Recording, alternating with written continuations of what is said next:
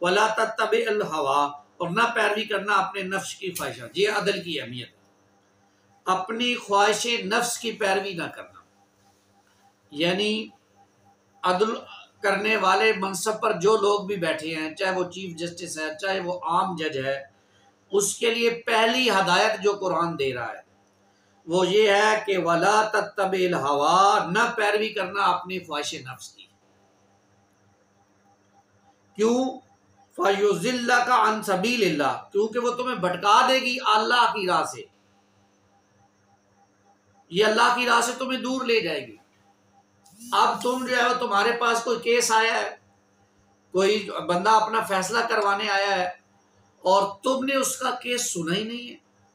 अब होता क्या, हमारी अदालतों में माजरत के साथ एक मरतबा मुझे भी अदालत में या 2 मरतबा जाने का इत्तफाक हुआ है। अदालत में जो जज ने केस लिखना या सुनाना होता है ना, वो पहले ही उनका जो साइड रूम होता है ना, उसमें वो कर लेते हैं वकीलों के साथ साजबाज करके। मेरा जो 2 दफा का तजर्बा है वो यही कहता है। वहां जाकर तो बस कागजी कार्रवाई होती है, जो वो जज अदालत बनी होती है उसके अंदर कागजी कार्रवाई होती है बस, ताकि पता चल जाए कि ये भी कोई काम गलत है। ये बहुत गलत बात है।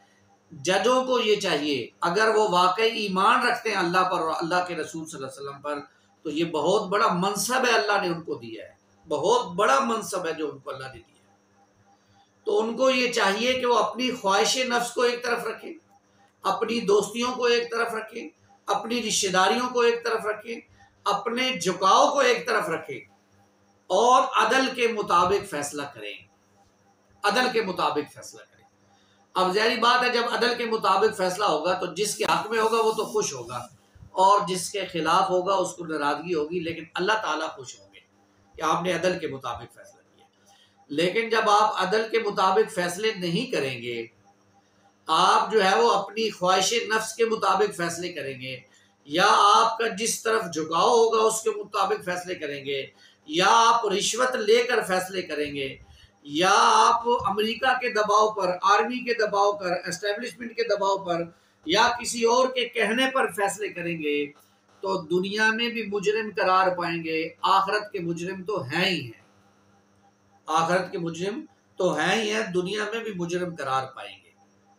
इसलिए हमारे यहाँ, अब माजरत के साथ, हमारे यहाँ जजों के भी 2 मेयारात हैं।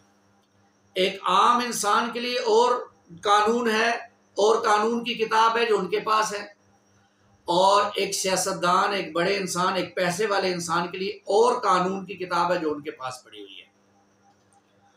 और हमारे यहाँ वो बहरिया वाले जो मलक रियाज साहब है, वो बड़ी प्यारी बात कहते हैं, पाकिस्तान में आपने जो कोई काम करवाना हो, चाहे जजेस हों, चाहे जर्नैल हों, चाहे सियासतदान हों, चाहे जो भी बैठा हो किसी भी पोस्ट पर, असिस्टेंट कमिश्नर साहब हों, आप अपनी फाइल को पैसों के पहिए लगवा दें, फिर वो कहीं भी नहीं रुकेगी, फिर आपके खिलाफ भी फैसला नहीं आएगा। तो ये हमारे यहाँ पहिए लगते हैं जी, अदालतों में भी लगते हैं। और जितना झूठ अदालतों में बोला जाता है, जितना कहर अल्लाह का अदालतों में होता है, इतना किसी जगह पे नहीं होता है। वकील खुद से झूठे बयान करवाते हैं लोगों से, वकील क्या क्या कि ऐसे बयान करो, ऐसे बयान करो, और जजों को भी मालूम होता है कि ये झूठ है, लेकिन वो उसके मुताबिक फैसले कर देते हैं। उन्हें मालूम होता है कि ये झूठ है। कई हमारी आज भी आप जेलों को खंगाल के देखें, ऐसे लोग पड़े होंगे जो झूठे मुकदमात की वजह से जेलों में पड़े होंगे। इन सब के मुजरिम हैं वो जज जो वहां पर बैठे हुए। अक्सर तो उनमें से नाअहल हैं। वो जो हमारे यहाँ खादम हुसैन रिजवी साहब कहते थे कि ये हमारे यहाँ पाकिस्तान में जजेस बेचारे तो चपड़ासी लगने के काबिल नहीं है, जिनको हमने जज बना के बिठा दिया है। यानी इनकी वो जो फैसला करने की सलाहियत है वो तो नहीं है।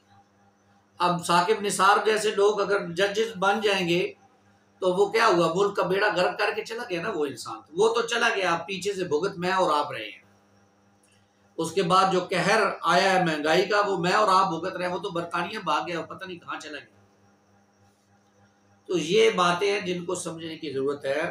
अदल की अहमियत बयान की जा रही है। पहली शर्त जो अदल की है वो ये है कि जज साहबान को अपनी ख्वाहिश नफ्स को छोड़ना पड़ेगा, इल्ला ये कि वो जिद में अना में आकर और ज्यादा गलत फैसले करें और अपनी जग हसाई करवाएं और ज्यादा जो है वो अल्लाह के कानून से जो है वो भागें, तो दुनिया में भी जिल्लत है, आखिरत में तो जिल्लत है ही है। एक बात। दूसरी बात, कानून सब के लिए एक है। खान साहब को तो 144 मुकदमों में जमानत मिल जाए और मेरे जैसे बंदे को एक आम से जो है जुर्म में भी जमानत ना मिले, तो सोचने की बात है कि जज कैसा जस्टिस कर रहे हैं, कैसा अदल कर रहे हैं। सोचने है ना, हर इंसान सोचता है। तो ये दोहरे मेयारात भी अदल के साथ नहीं होने चाहिए। वो जो तराजू लटकाया होता है बाहर, इमारत के बाहर, वो सिर्फ नुमाइश के लिए नहीं है, वो इसलिए है कि उसको जब सुबह जज साहबान दफ्तर जा रहे होते हैं तो उसको देखें, इस तराजू के मुताबिक हमने फैसले करने हैं। क्यों कि एक तराजू तुम्हारा है जिसकी अगर जरा सी मुखालफत हो जाए तो तुम तो इन्हें अदालत लगा देते हो, और एक तराजू अल्लाह का भी है, उसके ऊपर तो इन्हें अदालत तो नहीं लगेगी, लेकिन उसके बाद फिर जन्नत मिलेगी या जहन्नम मिलेगी। सही फैसले करोगे तो जन्नती बन जाओगे, सही फैसले नहीं करोगे तो फिर जहन्नम तुम्हारा मुकद्दर बन जाएगी। पाकिस्तान को इस हाल में पहुंचाने में सबसे बड़ा किरदार जजों का है। जजों को अपने गिरबान में झांकना होगा और ये तय करना होगा कि वो अल्लाह से डरते हैं या वर्दी से डरते हैं या सियासतदानों से डरते हैं। ये उन्हें सोचना और तय करना होगा। और अगर इससे पहले वो कुछ गलत कर चुके हैं और यकीनन कर चुके हैं तो अल्लाह से सच्ची तौबा करें। रमजान का महीना है, तौबा करें और नए सिरे से जाएं अपनी अदालत में और तहिया करें।